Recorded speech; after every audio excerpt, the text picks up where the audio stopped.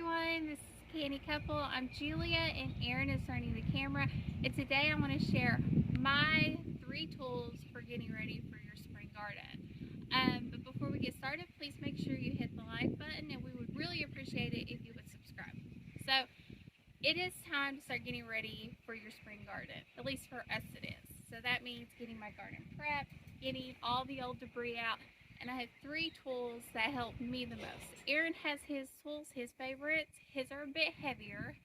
Mine are a little bit lighter, and mine are more meticulous, but they all serve their own purpose. So you'll see Aaron's video here in the next few weeks. So my first tool is going to be for people who use raised beds, and that's this thing. I don't know where we got it. It was probably a piece of a really cheap set, but it is hoed on one side, 3 forked on the other, and I could tell you when I am working in raised beds, no matter what I'm doing, if I'm planting, if I'm prepping, if I'm getting it ready to go to bed for winter, this is the tool I will always go for. I always have it. So handy. It works so well. I've just not had another one quite like it. We've looked for them for the actual garden, but they're not really practical because this is a very big space and it doesn't actually cover as much ground as when you're doing a little raised bed. So this is my raised bed tool. I don't need anything else for it. Now for the garden, I use 2 different rakes, and that's my prep, the in-ground garden. So here's my first one.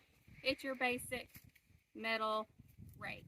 This thing is fantastic for getting clumps out of the ground, getting everything kind of loose. It's just not really good for getting all your really small stuff together, but it is handy and it does come in use. We've used this one many times for getting grass out of the garden. I always try to pull that out before we actually get started so that my garden bed is fresher, has better chance to let my plants do their thing. And then we have my behemoth. So as you can see, this thing is massive. We actually invested in this when we moved a lot of this garden down. You see we have a sledge here. We moved it down over to this end of the garden. It moves a lot of dirt and it catches a lot of rocks.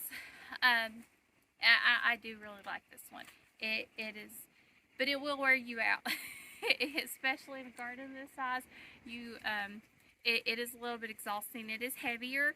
And we spent about $70 on this one on Amazon, but it's really been worth the investment. It does a really good job of getting grass and straw, like all this dead debris that we had from our squashes, the tomatoes.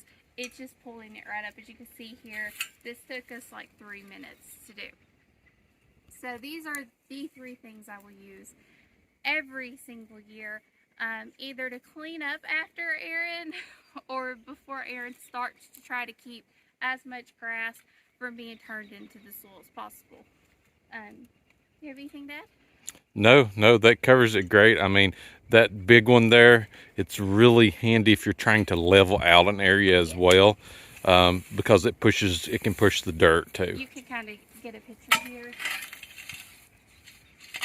It's just so handy. Yeah, definitely recommend that type of rake for leveling or getting out your small stuff. But I do prefer the old metal rake better if I'm just moving grass. I will say what I want from this one is I told Aaron, I said, I feel like Haas Tools could make a wheel hoe attachment for this. So Haas Tools, if you're listening, please make a wheel. I think you can.